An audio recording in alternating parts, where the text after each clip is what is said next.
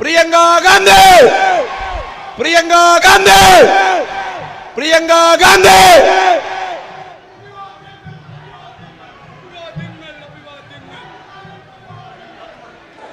അഭിവാദ്യങ്ങൾ, അഭിവാദ്യങ്ങൾ. പ്രിയങ്ക ഗാന്ധിക്ക് അഭിവാദ്യങ്ങൾ.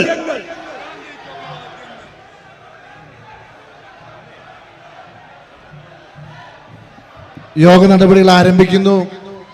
യോഗത്തിന്റെ അധ്യക്ഷ സ്ഥാനത്തേക്ക് ഈ തെരഞ്ഞെടുപ്പ് സമിതിയുടെ ചെയർമാൻ PJ ജോയ് XMLA ആദരവോടെ ക്ഷണിക്കുന്നു.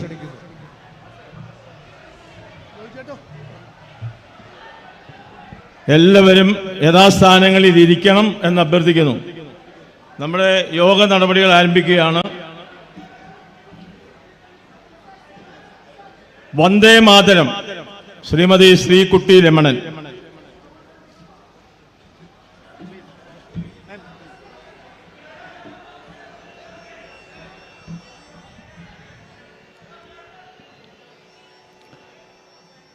വന്ദേ മാതരം,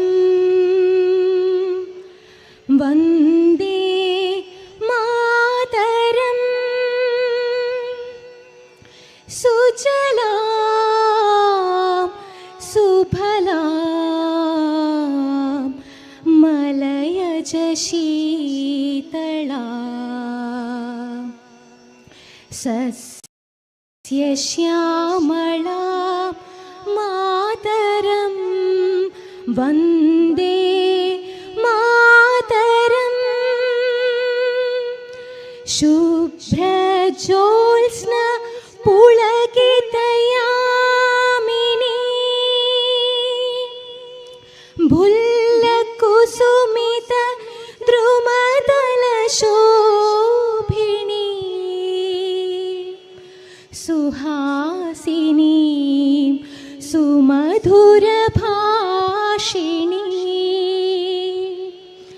സുഖദാം വരദാം മാതരം. വന്ദേ മാതരം, വന്ദേ മാതരം, വന്ദേ മാതരം.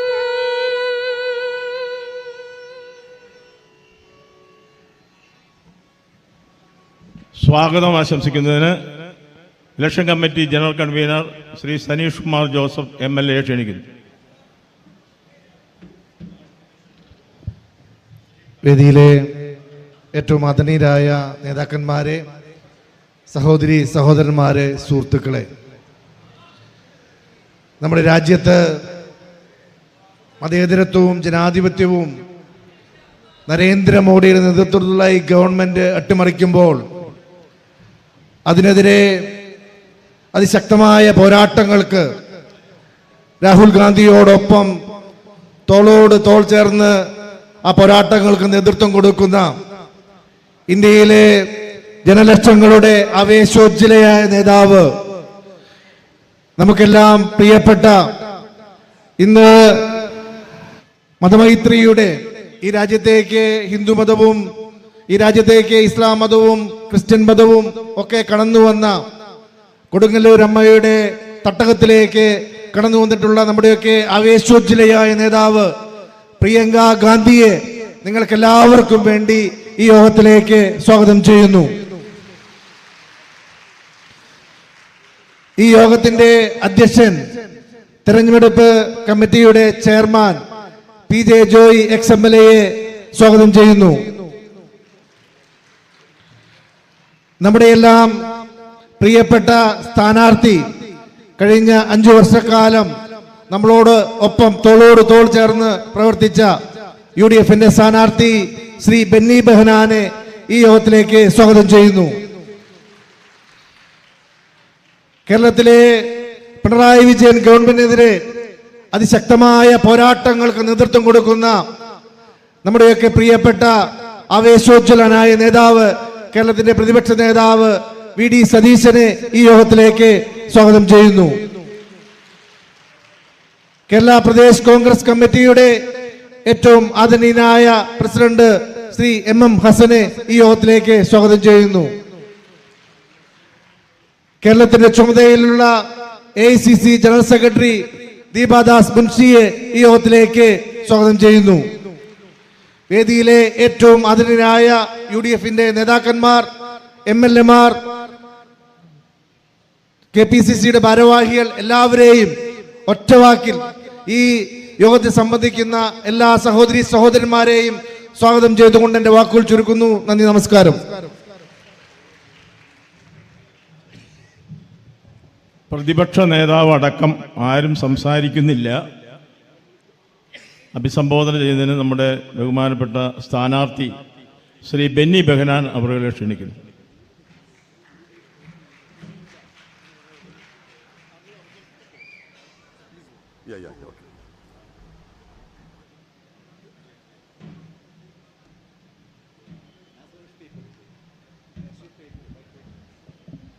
നമ്മളെല്ലാം ആകാംക്ഷയോടെ കാത്തിരിക്കുകയും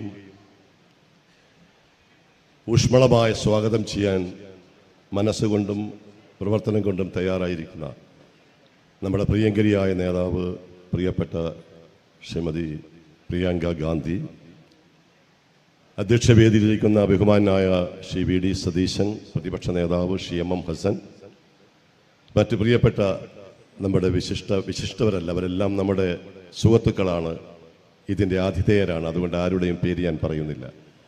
ഇവിടെ ഇരിക്കുന്ന നേതാക്കന്മാരെ, രാവിലെ മുതൽ ഈ സമ്മേളനത്തിലേക്ക് കടന്നു വന്ന് ഈ സമ്മേളനം വിജയപ്രദമാക്കുന്നതിന് വേണ്ടി പരിശ്രമിച്ച, സാന്നിധ്യം കൊണ്ട് ഈ സമ്മേളനം വിജയിപ്പിച്ച പ്രിയപ്പെട്ട സഹോദരിമാരെ, സഹപ്രവർത്തകന്മാരെ, സുഹൃത്തുക്കളെ, ഞാൻ ഒറ്റ കാര്യം ആദ്യം പറയുന്നു. ഈ സമ്മേളനം വിളിച്ചോതുന്നത് ഐക്യജനാധിപത്യ മുന്നണിയുടെ വിജയമാണ്. ഈ നാടിൻ്റെ രാഷ്ട്രീയ മനസ്സ്, രാഷ്ട്രീയ വികാരം മതേതരത്വത്തോടും ജനാധിപത്യത്തോടും ഒട്ടിച്ചേർന്ന് നിൽക്കുന്നു. ഈ തെരഞ്ഞെടുപ്പിൽ ഇന്ത്യ മുന്നണിയെ അധികാരത്തിലേറ്റാൻ ദൃഢപ്രതിജ്ഞ ചെയ്ത മനസ്സുമായി കടന്നു വന്നിരിക്കുന്നവരാണ് ഇതെന്ന്. Madam, first of all, on behalf of everybody present here, I extend a hearty welcome to Srimati Priyanka Gandhi. This is the first visit to Kerala as part of the 2024 election. And we are very indeed privileged to have you here in our Chalakudy constituency. Madam, Kodungallu is a land of historical importance. St. Thomas, who is known as the patron of the Christian belief, landed here. The first Muslim mosque, Chairangman Mosque, is here. And years back, so many traders came this place, and there was a famous fort was here, that is Mussari's Fort. Another important thing is here that so many eminent political leaders were born in this area. The first name is Abdul Rahman Sahib, who was a contemporary to our beloved Panditji. Another thing is the first Muslim Renaissance started here, and Sidi Sahib was there to initiate that Renaissance. Such an important land is there, and Madam, we are very proud to welcome you again to this historical important place. ഞാൻ ദീർഘമായി സംസാരിക്കുന്നില്ല. പ്രിയപ്പെട്ടവരെ, ഈ തെരഞ്ഞെടുപ്പിൽ നമുക്കൊരു ഉദ്ദേശമുണ്ട്. ആ ഉദ്ദേശം ഇന്ത്യയുടെ മതേതരത്തെ സംരക്ഷിക്കുക എന്നതാണ്. ഈ തെരഞ്ഞെടുപ്പിൽ നമ്മുടെ ലക്ഷ്യം ഇന്ത്യയുടെ ജനാധിപത്യ പാതയിലൂടെ വീണ്ടും ഇന്ത്യ സഞ്ചരിക്കണമെന്നതാണ്. ഈ തെരഞ്ഞെടുപ്പിൽ നമ്മൾ ഉയർത്തിപ്പിടിക്കുന്ന മുദ്രാവാക്യം ഇന്ത്യയിലെ കോടാനുകോടി ജനങ്ങൾക്ക് സംരക്ഷണ കവചം തീർക്കുന്ന ഇന്ത്യയുടെ ഭരണഘടന അതിൻ്റെ അന്തസത്ത ഉൾക്കൊള്ളുന്ന ഒരു സംവിധാനം ഈ രാജ്യത്ത് ഉണ്ടാക്കണമെന്നതാണ്. നിർഭാഗ്യമെന്ന് പറയട്ടെ, കഴിഞ്ഞ 10 വർഷക്കാലമായി മോഡി നശിപ്പിക്കാൻ ആഗ്രഹിക്കുന്നത്, മോഡി തകർക്കാൻ ആഗ്രഹിക്കുന്നത് ഇന്ത്യയുടെ മതേതരത്വത്തെയും ഇന്ത്യയുടെ ജനാധിപത്യത്തെയും ഇന്ത്യയുടെ ശ്രേഷ്ഠമായ ഭരണഘടനയുമാണ്. ഇന്ത്യയുടെ ഭരണഘടനയുടെ മുന്നിൽ ഇന്ത്യയിലെ മുഴുവൻ ജനങ്ങളും തുല്യരാണ്. ആ തുല്യതയാണ് ഇന്ത്യൻ പൗരന്റെ ഏറ്റവും വലിയ അവകാശം. നമ്മുടെ പൗരത്വം എന്ന് പറയുന്നത് നമ്മുടെ ജന്മാവകാശമാണ്, നമ്മുടെ മൗലികാവകാശമാണ്. ആ ജന്മാവകാശമായ പൗരത്വത്തെ, മൗലികാവകാശമായ പൗരത്വത്തെ മതത്തിന്റെ പേരിൽ വേർതിരിക്കാൻ മോഡി ശ്രമിക്കുമ്പോൾ പ്രിയങ്കാജിയുടെ സാന്നിധ്യത്തിൽ ഞാൻ ഒരു കാര്യം പറയുന്നു: പൗരത്വത്തിന്റെ പേരിൽ, മതത്തിന്റെ പേരിൽ പൗരത്വത്തെ നിർവചിക്കുന്ന മോഡി ഭരണകൂടത്തെ താഴെ ഇറക്കുക എന്ന ലക്ഷ്യമാണ് പ്രിയപ്പെട്ടവരെ ഈ തെരഞ്ഞെടുപ്പിൽ നമ്മൾ ഏറ്റെടുക്കാൻ പോകുന്നത്. കഴിക്കുന്ന ഭക്ഷണത്തിന്റെയും ധരിക്കുന്ന വസ്ത്രത്തിന്റെയും അടിസ്ഥാനത്തിൽ ജനങ്ങളെ വിഭജിക്കുന്ന ഫാസിസ്റ്റ് സംഘപരിവാർ സംഘത്തിന്റെ അജണ്ടയ്ക്കെതിരായി മനസ്സുകൊണ്ടും കർമ്മം കൊണ്ടും പ്രവർത്തനം കൊണ്ടും സജ്ജമാക്കാൻ പ്രിയങ്ക ഗാന്ധിയുടെ മുന്നിൽ പ്രതിജ്ഞ ചെയ്യുന്നതിന് വേണ്ടിയാണ് ഈ മഹാസമ്മേളനത്തിൽ ആളുകൾ കടന്നു വന്നിരിക്കുന്നത്. നമ്മൾ ആഗ്രഹിക്കുന്നു, നമ്മൾ പ്രാർത്ഥിക്കുന്നു, മണിപ്പൂർ ഇനിയും ഇന്ത്യ രാജ്യത്ത് ആവർത്തിക്കരുതെന്ന്. ഇന്ത്യൻ നാഷണൽ കോൺഗ്രസ് ഉയർത്തിപ്പിടിക്കുന്ന മൂല്യങ്ങൾ, ഇന്ത്യൻ നാഷണൽ കോൺഗ്രസ് ഉയർത്തിപ്പിടിക്കുന്ന കാഴ്ചപ്പാടുകൾ ഈ രാജ്യത്തെ ജനങ്ങൾക്ക് ഏറ്റവും അനിവാര്യമായതാണ്. നമുക്കറിയാം, മോഡി ഭരണകൂടത്തെ താഴെ ഇറക്കുന്നതിന് വേണ്ടി ഇന്ത്യയിലെ ജനാധിപത്യ മതേതരത്വ ശക്തികൾ രൂപം കൊടുത്ത ഒരു മുന്നണിയാണ് ഇന്ത്യ മുന്നണി. ആ ഇന്ത്യ മുന്നണിക്കാര് നേതൃത്വം കൊടുക്കണമെന്ന ചോദ്യമുണ്ടായപ്പോൾ നമ്മുടെ ഘടകകക്ഷികൾ മാത്രമല്ല, ഇന്ത്യയിലെ രാഷ്ട്രീയ പാർട്ടികൾ മുഴുവൻ തീരുമാനിച്ചത് ഇന്ത്യ മുന്നണിക്ക് നേതൃത്വം കൊടുക്കാൻ കഴിയുന്ന പാർട്ടി ഇന്ത്യൻ നാഷണൽ കോൺഗ്രസ് ആണ്. ആ കോൺഗ്രസ് ഇന്ത്യ മുന്നണിക്ക് നേതൃത്വം കൊടുക്കണമെന്നാണ്. നിർഭാഗ്യം എന്ന് പറയട്ടെ, ആ രാഷ്ട്രീയത്തിന്റെ അന്തസത്ത ഉൾക്കൊള്ളാൻ കേരളത്തിൽ ആരെങ്കിലും തയ്യാറായിട്ടില്ലെങ്കിൽ അവരെയും കാര്യം പറഞ്ഞ് മനസ്സിലാക്കേണ്ട ഉത്തരവാദിത്വം പ്രിയപ്പെട്ട പ്രവർത്തകന്മാരെ നിങ്ങൾ ഏറ്റെടുക്കണം എന്ന് ഞാൻ വിനയപൂർവ്വം അഭ്യർത്ഥിക്കുകയാണ്. ഞാൻ മറ്റു രാഷ്ട്രീയത്തിലേക്കൊന്നും കടക്കാൻ ആഗ്രഹിക്കുന്നില്ല. നമ്മൾ പ്രിയങ്ക ഗാന്ധി ഈ നാട്ടിൽ വരണമെന്ന് നമ്മൾ ആഗ്രഹിച്ചു. പ്രിയങ്ക ഗാന്ധിയുടെ പ്രസംഗം കേൾക്കണമെന്ന് ആഗ്രഹിച്ചു.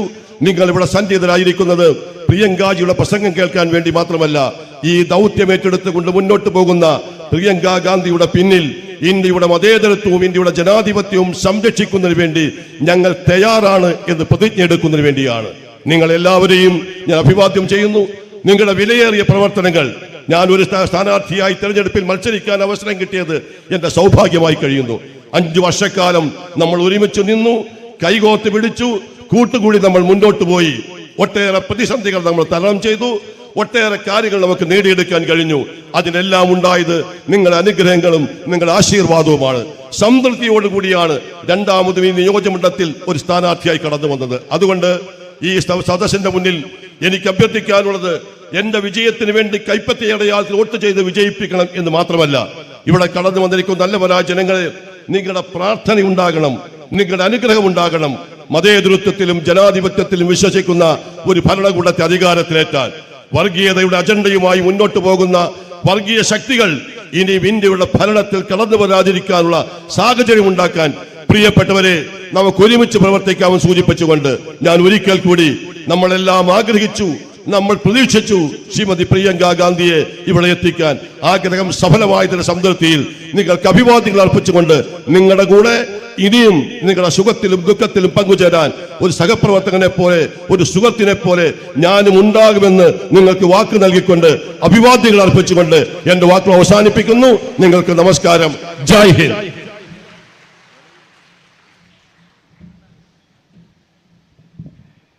Now I invite Srimati Priyankaji to address this great meeting and inaugurate.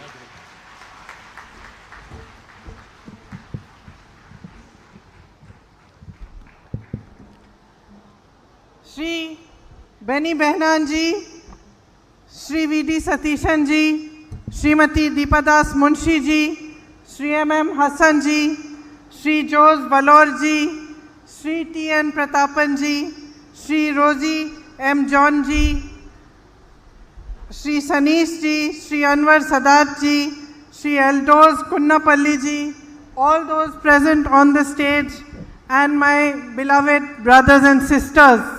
വേദിയിലിരിക്കുന്ന ഏറ്റവും പ്രിയപ്പെട്ടവരെ, അതുപോലെ തന്നെ എൻ്റെ ഏറ്റവും സ്നേഹം നിറഞ്ഞ സഹോദരി സഹോദരന്മാരെ, It is election time, a time for politics and perhaps a time for promises and polemic, but I am here today as your sister, as your fellow citizen, and here in Thrissur, which is the cultural capital of Kerala, I would like to speak to you about something that is far greater than politics and polemic.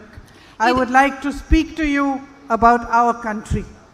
ഇത് election തെരഞ്ഞെടുപ്പ് സമയമാണ്, വാഗ്വാദങ്ങളുടെ സമയമാണ്, തർക്കങ്ങളുടെ സമയമാണ്, രാഷ്ട്രീയത്തിന്റെ സമയമാണ്. പക്ഷേ ഞാൻ ഇന്നിവിടെ കേരളത്തിന്റെ സാംസ്കാരിക തലസ്ഥാനമായ തൃശ്ശൂരിൽ വന്ന് നിങ്ങളോട് ഒരു സഹോദരിയായി സഹപൗരയായി സംസാരിക്കാൻ പോകുന്നത് രാഷ്ട്രീയത്തിന് അതീതമായ ഒരു കാര്യത്തെക്കുറിച്ചാണ്, നമ്മുടെ രാജ്യത്തെക്കുറിച്ചാണ് ഞാൻ നിങ്ങളോട് സംസാരിക്കാൻ പോകുന്നത്. Our country, India, gave us life. This country that is our motherland, this country that teaches us how to overcome anger with love, how to transform suffering into compassion, and how to pluck the stars of hope from the darkest of nights. India എന്ന് പറയുന്നത് നമുക്ക് ജീവിതം നൽകിയ നമ്മുടെ രാജ്യമാണ്. ജീവിതത്തിലെ കഷ്ടപ്പാടുകളെ മറികടന്ന് അതിനെ അനുകമ്പയാക്കി മാറ്റുന്നത്, ജീവിതത്തിലെ വെല്ലുവിളികളെ അതിജീവിക്കാൻ നമ്മെ പ്രാപ്തരാക്കുന്നത് ഈ രാജ്യമാണ്. ഏറ്റവും ഇരുണ്ട രാത്രികളിൽ നിന്നും ആകാശത്ത് തിളക്കമുള്ള പ്രതീക്ഷയുടെ നക്ഷത്രങ്ങളെ പറിച്ചെടുക്കാൻ, ഇളക്കിയെടുക്കാൻ നമ്മെ പ്രാപ്തരാക്കുന്നത് നമ്മുടെ മാതൃഭൂമിയായ ഇന്ത്യ എന്ന രാജ്യമാണ്. Our country that has made us proud for its foundation of incomparable spirituality, its unbreakable resilience, its unfailing enterprise, and its immense ability to embrace diversity and thrive in it. നമ്മുടെ രാജ്യം നമ്മളെ അഭിമാനപുളകിതരാക്കുന്നു.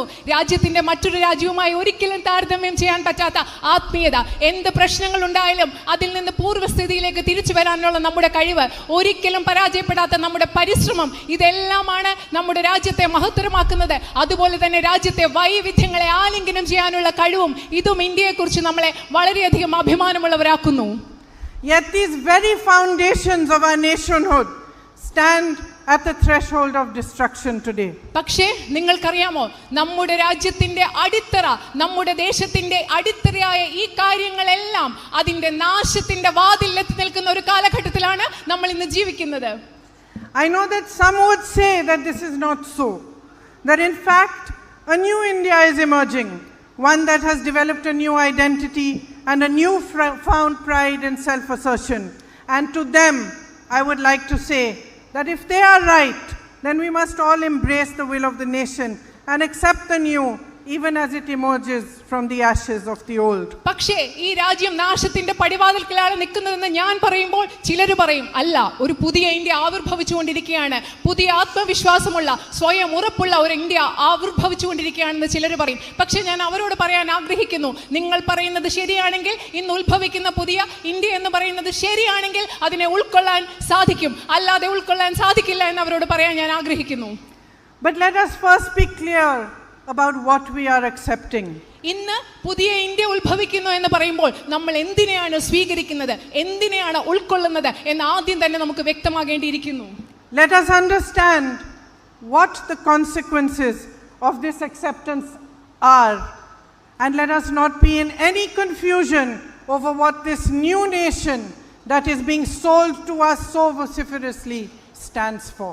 ഇന്ന് ഒരു പുതിയ India ഉണ്ടാകുമെന്ന് പറയുമ്പോൾ ഒരാശയക്കുഴപ്പവുമില്ലാതെ നമുക്ക് കൃത്യമായി മനസ്സിലാക്കേണ്ടിയിരിക്കുന്നു, വ്യക്തമായി മനസ്സിലാക്കേണ്ടിയിരിക്കുന്നു ഈ ഇന്ത്യ എന്താണ്, ഈ ഇന്ത്യ എന്തിനു വേണ്ടിയാണ് നിലനിൽക്കുന്നതെന്ന് നമുക്ക് കൃത്യമായി മനസ്സിലാക്കേണ്ടിയിരിക്കുന്നു. In this new nation, force asserts itself over righteousness.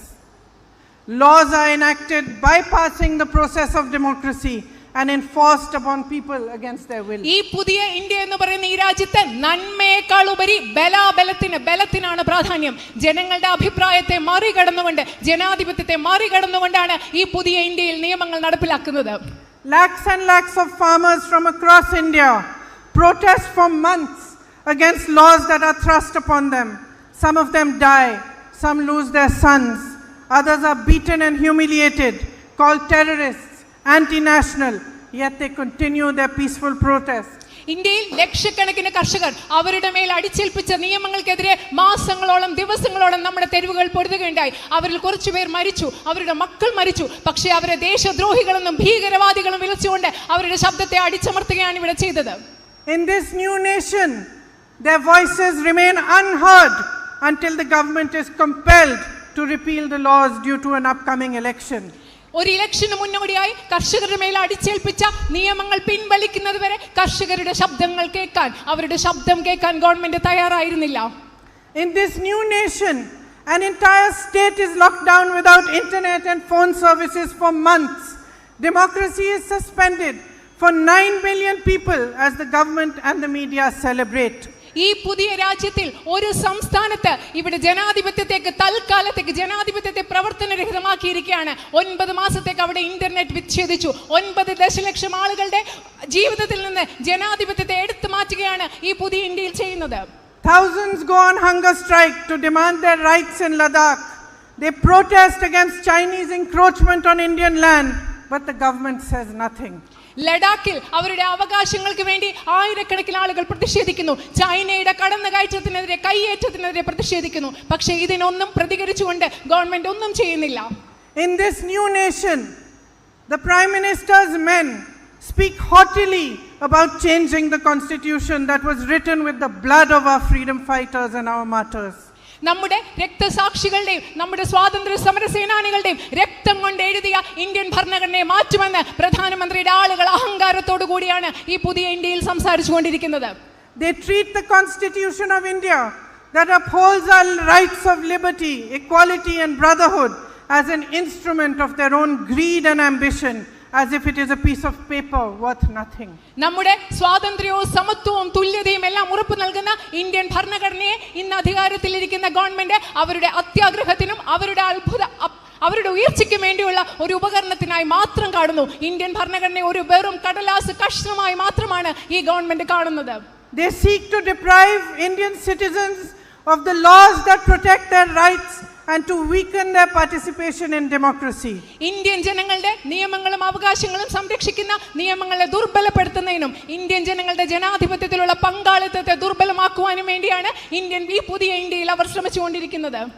This is the new India we are accepting today. ഇന്ന് നമ്മൾ അംഗീകരിച്ചുകൊണ്ടിരിക്കുന്ന, ഉൾക്കൊള്ളുന്ന പുതിയ ഇന്ത്യ എന്ന് പറയുന്നത് ഈ ഇന്ത്യയാണ്. In this new nation, voices of dissent are silenced. ഈ പുതിയ രാജ്യത്തിൽ എല്ലാ എതിർ ശബ്ദങ്ങളെയും അടിച്ചമർത്തുകയാണ്, നിശബ്ദമാക്കുകയാണ്.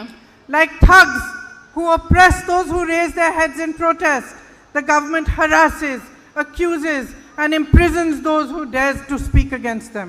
അവർക്കെതിരെ ശബ്ദമുയർത്തുന്നവരെ എങ്ങനെയാണോ കൊള്ളക്കാർ അടിച്ചമർത്തുന്നത്, അതുപോലെ ഗവൺമെന്റിനെതിരെ ശബ്ദിക്കുന്നവരെ അധിക്ഷേപിക്കുന്നു, അവരെ വേട്ടയാടുന്നു, അവരെ തടവിലാക്കുന്നു, അതുപോലെ തന്നെ അവരെ നിശബ്ദരാക്കുകയും ചെയ്യുന്നു. Students are arrested for expressing their opinion. Activists are raided and jailed. Journalists are sacked, beaten and imprisoned for reporting the truth. And much of the media is controlled by collaborators of a government that believes in false propaganda, silence and oppression. അവരുടെ അവകാശങ്ങൾക്ക് വേണ്ടി പോരാടുന്ന വിദ്യാർത്ഥികളെ ജയിലിലടക്കുകയാണ്, ആക്ടിവിസ്റ്റുകളെ, പ്രവർത്തകരെ ജയിലിലടക്കുകയാണ്, ജേർണലിസ്റ്റുകളെ ചോദ്യം ചെയ്യുന്നവരെ ജോലിയിൽ നിന്ന് പുറത്താക്കുകയാണ് ഗവൺമെന്റ്. അതുപോലെ തന്നെ വ്യാജ പ്രചരണത്തിലൂടെ ഗവൺമെന്റ് സഹായിക്കുന്നത്, അവരുടെ പ്രവർത്തനങ്ങൾ അവരോടൊപ്പം ചേർക്കുന്ന കുറച്ചുപേരെ മാത്രമാണ് ഗവൺമെന്റ് സഹായിക്കുന്നത്. Opposition leaders are imprisoned and expelled from parliament with impunity. Government agencies that are meant to protect the law are turned into unlawful extortionists and used to silence dissent. പ്രതിപക്ഷ നേതാക്കളെയെല്ലാം പാർലമെന്റിൽ നിന്ന് പുറത്താക്കുകയോ തടവിലാക്കുകയോ ചെയ്യുന്നു. അതുപോലെ തന്നെ ജനങ്ങളെ സംരക്ഷിക്കാൻ ആവശ്യമായ ഗവൺമെന്റ് ഏജൻസികളെ, നിയമപരമായ ഗവൺമെന്റ് ഏജൻസികളെ നിയമവിരുദ്ധമായ കൊള്ള സംഘങ്ങളാക്കി കൊള്ളക്കാരായി മാറ്റുകയാണ് ഈ പുതിയ ഇന്ത്യയിലെ ഗവൺമെന്റ് ചെയ്യുന്നത്. This is the new India we are accepting today. നമ്മൾ ഇന്ന് ഉൾക്കൊള്ളുന്ന പുതിയ ഇന്ത്യ എന്ന് പറഞ്ഞത് ഞാൻ ഈ പറഞ്ഞ കാര്യങ്ങൾ നടക്കുന്ന ഇന്ത്യയാണ്. In this new nation, uniformity of culture, religion and language is imposed and diversity is stamped out for political gain. ഈ പുതിയ രാജ്യത്ത് ഏകരൂപത്തിലുള്ള ഭാഷയുടെയും സംസ്കാരത്തിന്റെയും മതങ്ങളുടെയും എല്ലാം ഏകരൂപം നമ്മളിൽ അടിച്ചേൽപ്പിക്കുകയും അതുപോലെ തന്നെ ഈ രാജ്യത്തിന്റെ വൈവിധ്യത്തെ തുടച്ചു നീക്കുകയും ചെയ്യുകയാണ്. Laws like the CAA are passed in order to segregate and fracture society. Students are attacked in the temples of their learning. Warring tribes massacre each other in the northeast while the government turns away simply because it brings political benefit to do so. സമൂഹത്തിൽ വിഭജനം ഉണ്ടാക്കുന്നതിനും വെള്ളൽ ഉണ്ടാക്കുന്നതിനും വേണ്ടി പൗരത്വ നിയമ ഭേദഗതി പോലെയുള്ള നിയമങ്ങൾ നടപ്പിലാക്കുകയാണ്.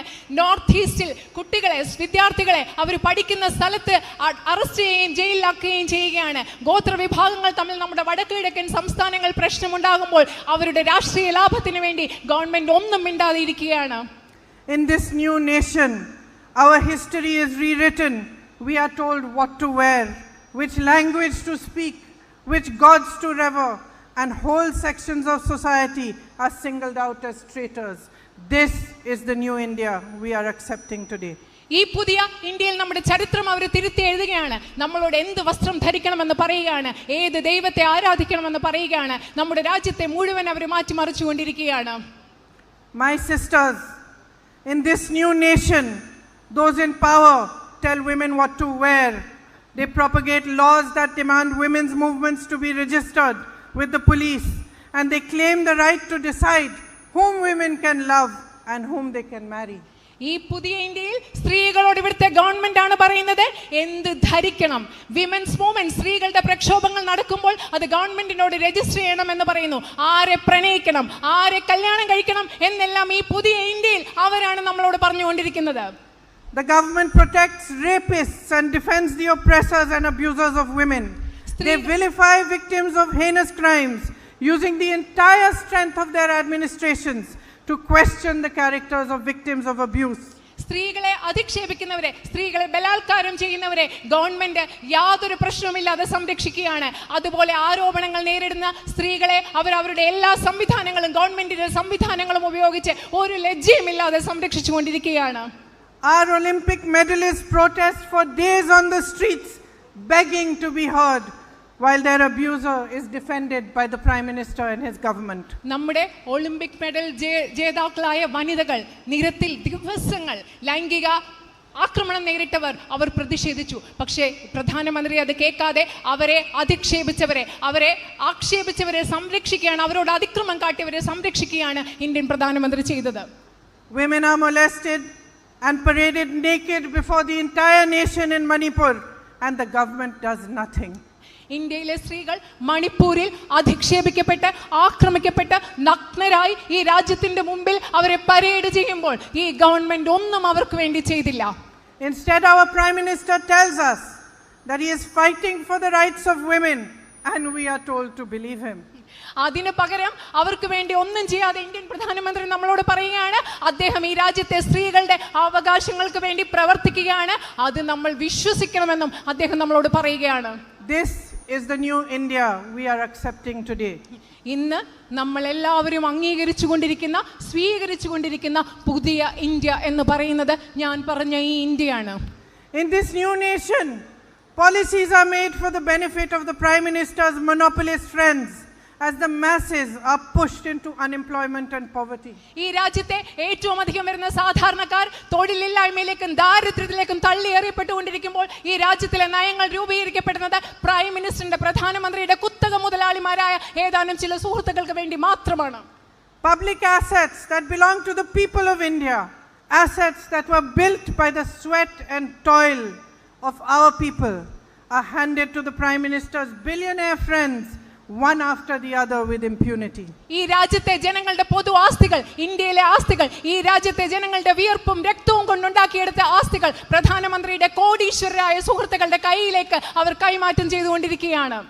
Airports, ports, highways, vast tracts of public land, and whole sectors of industry like cement, power, and coal are virtually controlled by just a handful of businessmen close to the Prime Minister. ഈ രാജ്യത്തെ തുറമുഖങ്ങൾ, വിമാനത്താവളങ്ങൾ, highway, അതുപോലെ ഒരുപാട് ഭൂമികൾ, ഈ രാജ്യത്തെ പല വ്യവസായങ്ങളും എല്ലാം ശരിക്കും പറഞ്ഞാൽ പ്രധാനമന്ത്രിയോട് അടുപ്പമുള്ളവരുടെ ഒരാളുടെ നിയന്ത്രണത്തിലാണ് ഈ രാജ്യത്ത് മുൻപോട്ട് പോയിക്കൊണ്ടിരിക്കുന്നത്.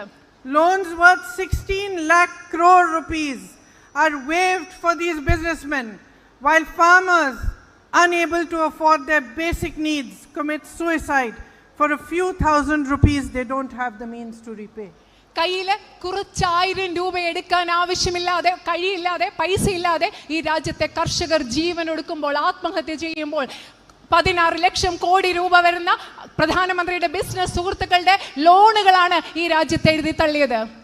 In this new nation, prices of basic commodities, petrol, diesel, gas cylinders, food, anything the ordinary citizen needs to manage his life touch the sky, crushing his livelihood and reducing him to penury. സാധാരണ മനുഷ്യർക്ക് ആവശ്യമുള്ള എല്ലാത്തിന്റെയും, ആഹാരത്തിന്റെയും ഇന്ധനത്തിന്റെയും gas സിലിണ്ടറിന്റെയും എല്ലാം വില ആകാശം മുട്ട ഉയരുമ്പോൾ ഈ രാജ്യത്തെ സാധാരണ ജനങ്ങൾക്ക് ജീവിക്കാനുള്ള അവകാശം പോലുമില്ലാതെ സാധാരണ ജനങ്ങളുടെ ജീവിതത്തെ ബുദ്ധിമുട്ടിച്ചുകൊണ്ടാണ് ഈ രാജ്യം കടന്നു പോകുന്നത്.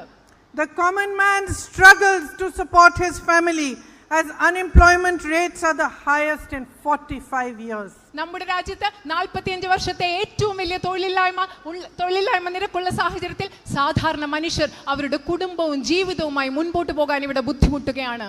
Our growth rate falls from 7.5% to 5.9%. നമ്മുടെ സാമ്പത്തിക വളർച്ചാ നിരക്ക് 7.5% നിന്നും 5.9% താഴ്ന്നുകൊണ്ടിരിക്കുകയാണ്.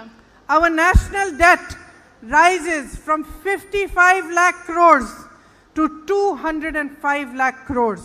നമ്മുടെ ദേശീയ കടം എന്ന് പറയുന്നത് 55 ലക്ഷം കോടി രൂപയിൽ നിന്നും 205 കോടി രൂപയിലേക്ക് ഉയർന്നുകൊണ്ടിരിക്കുകയാണ്. Our household savings drop drastically. നമ്മുടെ കുടുംബങ്ങളുടെ വീട്ടിലെ സമ്പാദ്യങ്ങൾ വളരെ അധികം താഴേക്ക് പോയിട്ടുണ്ട്. Yet we are fed false figures and we are told to celebrate our booming economy. ഈ സാഹചര്യം നടന്നുകൊണ്ടിരിക്കുമ്പോൾ നമ്മൾക്ക് സത്യമല്ലാത്ത കണക്കുകൾ തന്നിട്ട് നമ്മളോട് പറയുകയാണ്, നിങ്ങൾ ആഘോഷിച്ചോളൂ, ഈ രാജ്യത്തെ സമ്പദ് വ്യവസ്ഥ വളർന്നുകൊണ്ടിരിക്കുകയാണ്. In this new nation, when a pandemic strikes us, millions of migrant labor are thrown out of our cities on a day's notice.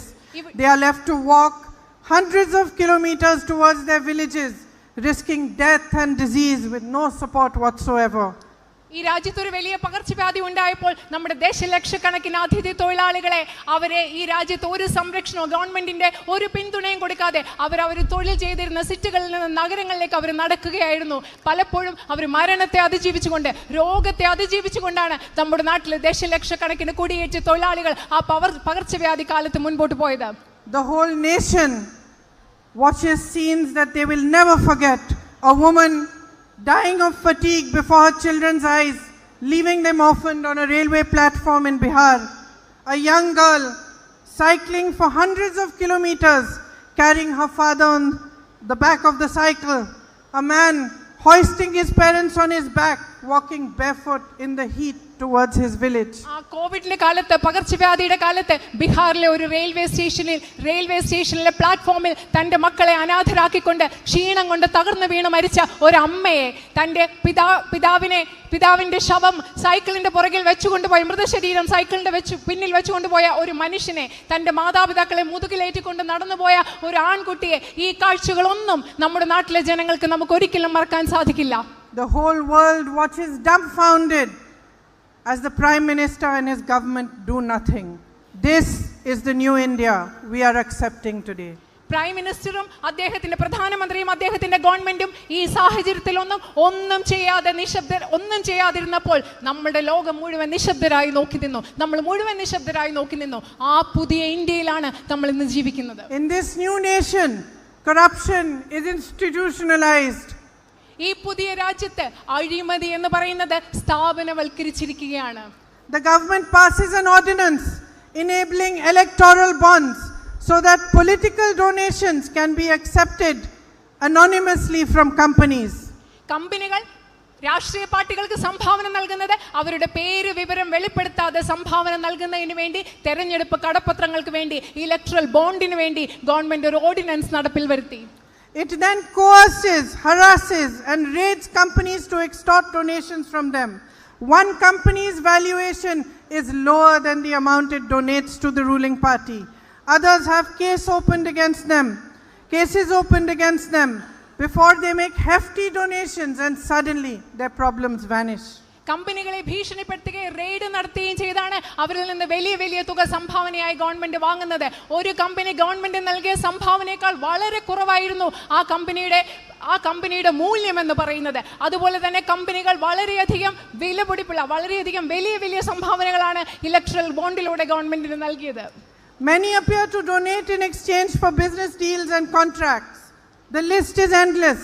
When the courts force the government to disclose the list of donations, the Prime Minister and the entire nation's media lie to us, and they tell us that the whole scheme was made to ensure transparency in the first place, and we are expected to believe them.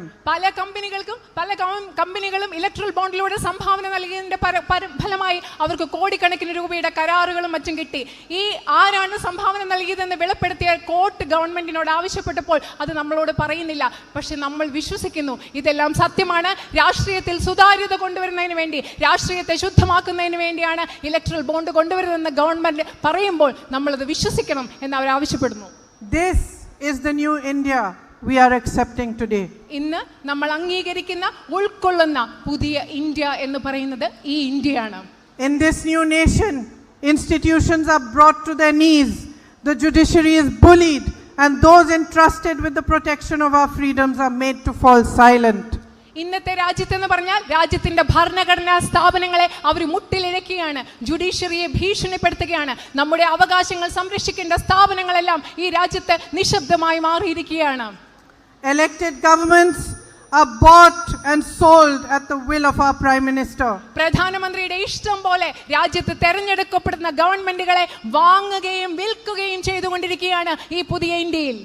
Hundreds of crores are offered to elected representatives to switch sides as the media and other institutions egg them on. We are told this is the power of one man's rule and we bear it silently. This is the new India we are accepting today. ആയിരക്കണക്കിന് കോടികൾ രൂപ രാജ്യത്തെ തെരഞ്ഞെടുക്കപ്പെട്ട ജനപ്രതിനിധികൾക്ക് party മാറുന്നതിനും കൂറുമാറുന്നതിനും നൽകിക്കൊണ്ടിരിക്കുകയാണ്. ഈ മീഡിയയും മറ്റും ഈ പ്രശ്നങ്ങൾ ഉയർത്തുമ്പോൾ, മാധ്യമങ്ങൾ ഈ പ്രശ്നങ്ങൾ ഉയർത്തുമ്പോൾ നമ്മൾ വിശ്വസിക്കാൻ നിർബന്ധിതരാകുകയാണ്. നമ്മൾ ജീവിക്കുന്ന പുതിയ ഇന്ത്യ എന്ന് പറയുന്നത് ഈ ഇന്ത്യയാണ്. Today, people whisper among each other that it is better to keep their heads down and remain silent. ഈ പുതിയ ഇന്ത്യയിൽ ആളുകൾ പരസ്പരം മുറുമുറുക്കുകയാണ്, മന്ത്രിക്കുകയാണ്. ഈ സാഹചര്യത്തിൽ തല കുനിച്ചു പിടിച്ച് നിശബ്ദരായിരിക്കുന്നതാണ് നല്ലത് എന്ന് ആളുകൾ പരസ്പരം പറയുകയാണ്. They ask themselves what would happen to them if they joined in the dissent. ഇതിനെതിരെയുള്ള വിയോജിപ്പിൽ, പ്രതിഷേധത്തിൽ ഞങ്ങൾ അണിചേർന്നാൽ ഞങ്ങൾക്ക് എന്ത് സംഭവിക്കും എന്ന് അവർ സ്വയം ചോദിക്കുകയാണ്. They excuse themselves by saying that there is no alternative. ഈ സാഹചര്യത്തിൽ ഈ പുതിയ ഇന്ത്യക്ക് മറ്റൊരു ബദലില്ല എന്ന് ചിന്തിച്ചുകൊണ്ട് പ്രതിഷേധത്തിൽ അണിചേരുന്നതിൽ നിന്ന് നമ്മൾ നമ്മളെ തന്നെ ഒഴികഴിവ് പറഞ്ഞ് മാറ്റി നിർത്തുകയാണ്.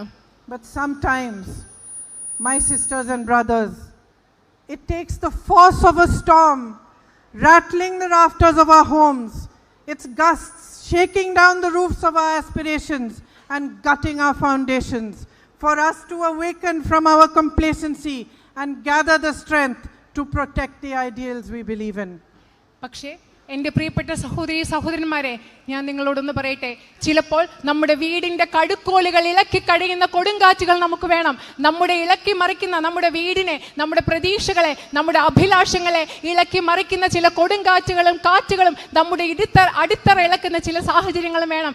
എല്ലാം ശരിയാണ്, ഇപ്പോഴത്തെ അവസ്ഥ ശരിയാണ് എന്ന് ചിന്തിക്കുന്ന മനോഭാവത്തിൽ നിന്ന് നമ്മളെ പുറത്തു കൊണ്ടുവന്ന് നമുക്ക് ശക്തി നൽകുന്നതിന് ചില കൊടുങ്കാറ്റുകൾ അനിവാര്യമാണ്. Standing here 10 years into the rule of a racist, fascist and oppressive government, I have no hesitation in saying to you that we are at this moment in our nation's history standing in the eye of such a storm. ഇന്ന് 10 വർഷം റേസിസ്റ്റായ, വംശീയ വിദ്വേഷമുണ്ടാക്കുന്ന, ഫാസിസ്റ്റായ, അടിച്ചമർത്തുന്ന ഒരു ഗവൺമെന്റിന്റെ ഭരണശേഷം ഇന്ന് നിങ്ങളുടെ മുൻപിൽ ഇവിടെ നിന്ന് എനിക്ക് പറയാൻ ഒരു മടിയുമില്ല. ഒരു വലിയ കൊടുങ്കാറ്റിന്റെ ഇടയിലാണ് ഇന്ത്യക്കാരായ നമ്മൾ ഓരോരുത്തരും നിൽക്കുന്നതെന്ന് പറയാൻ എനിക്കൊരു മടിയുമില്ല. A storm that is wreaking havoc on the soul of India. ഇന്ത്യയുടെ ആത്മാവിനെ തകർത്തുകൊണ്ടിരിക്കുന്ന ഒരു വലിയ കൊടുങ്കാറ്റിനെയാണ് നമ്മൾ ഇന്ന് നേരിട്ടുകൊണ്ടിരിക്കുന്നത്. And I have no hesitation in saying to you that the time has come for each one of you to awaken. എനിക്ക് പറയാൻ ഒരു മടിയുമില്ല. ഇവിടെ ഇരിക്കുന്ന നമ്മൾ ഓരോരുത്തർക്കും ഉയർത്തെഴുന്നേറ്റ് ഈ രാജ്യത്തിന് വേണ്ടി നിൽക്കാനുള്ള സമയം വന്നിരിക്കുന്നു എന്ന് പറയാൻ എനിക്കൊരു മടിയുമില്ല. As the great American leader Dr. Martin Luther King once said, the time has come to ask yourselves, what will happen to you if you do not stand up for what is right today? ഒരു മഹാനായ American നേതാവായിരുന്ന Martin Luther king പറഞ്ഞതുപോലെ അത് സ്വയം ചോദിക്കാനുള്ള സമയമായിരിക്കുകയാണ്. നമുക്ക് എന്ത് സംഭവിക്കും? ശരിക്ക് വേണ്ടി ശരിയോടൊപ്പം നിൽക്കാൻ നമുക്ക് ഇന്ന് സാധിച്ചില്ലെങ്കിൽ നമുക്ക് എന്ത് സംഭവിക്കും എന്ന ചോദ്യം സ്വയം ചോദിക്കാനുള്ള സമയം ഇന്നായിരിക്കുകയാണ്. In the Srimad Bhagavad Gita, Lord Krishna taught us to set aside fear, greed and ego and embrace the way of love, compassion and humility.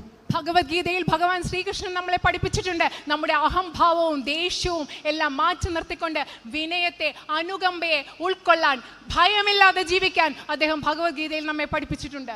How can we watch in silence while our beloved country is overrun by the untamed ego, greed and ruthless arrogance of the BJP, its allies and its supreme leader?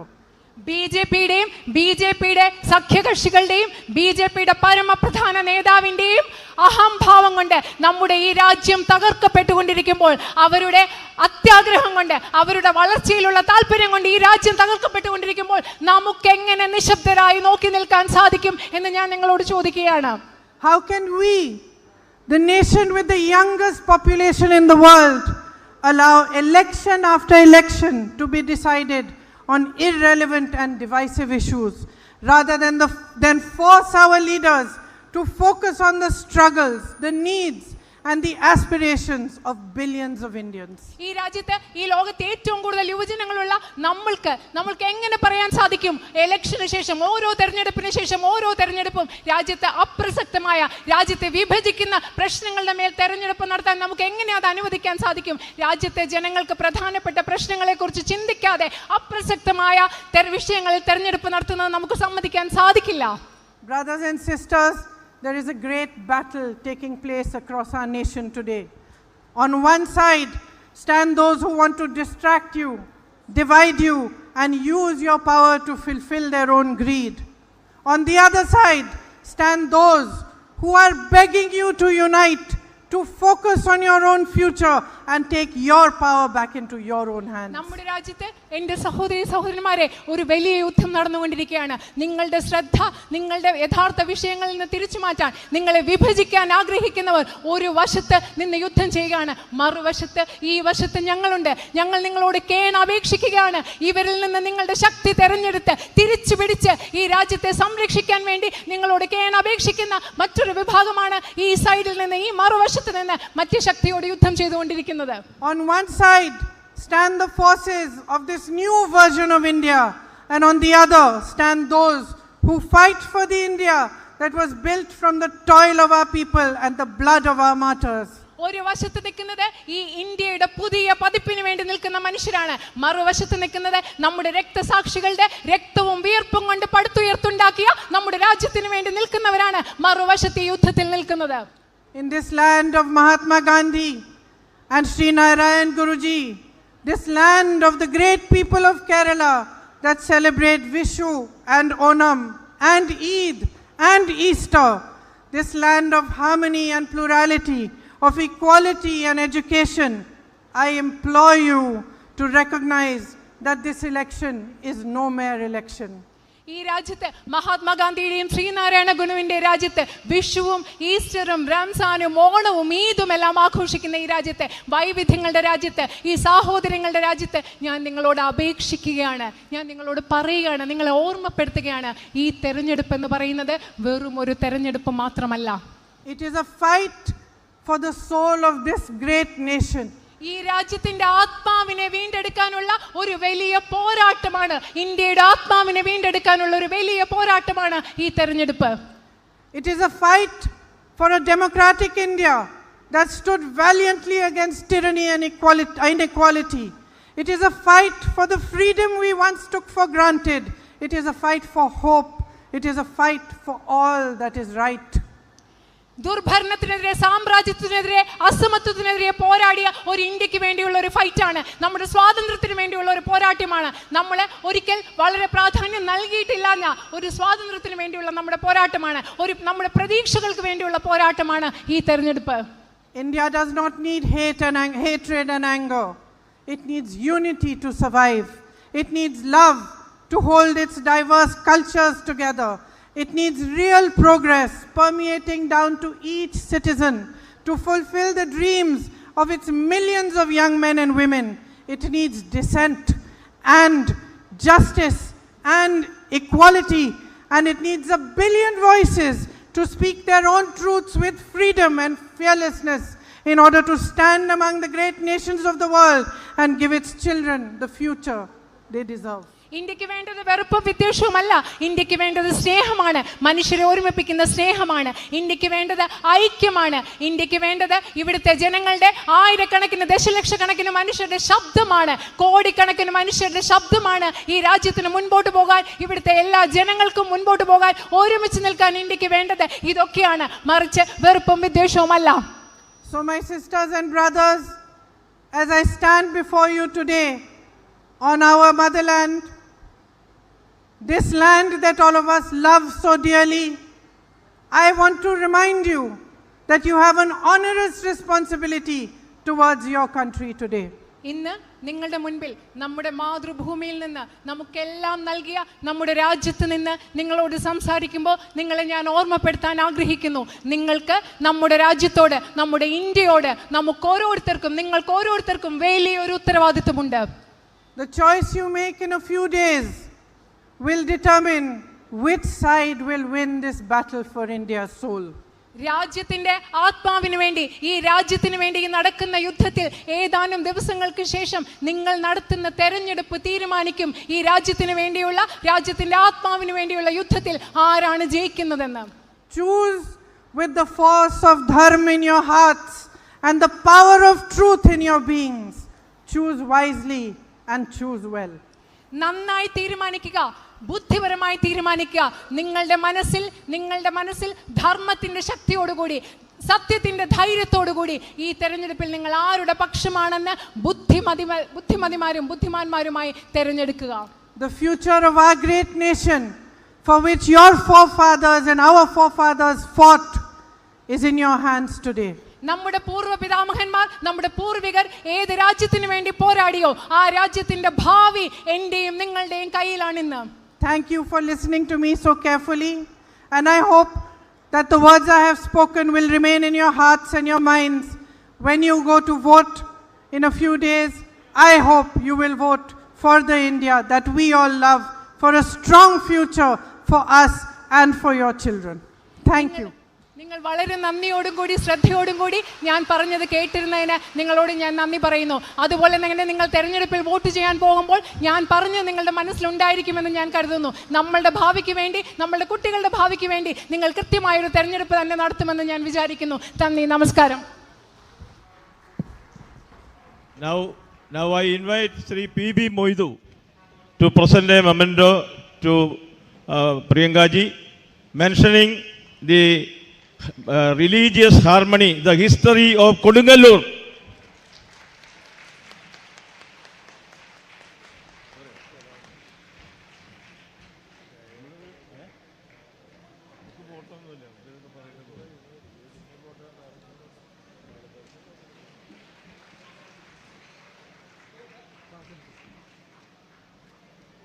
നന്ദി പ്രകാശിപ്പിക്കുന്നതിന്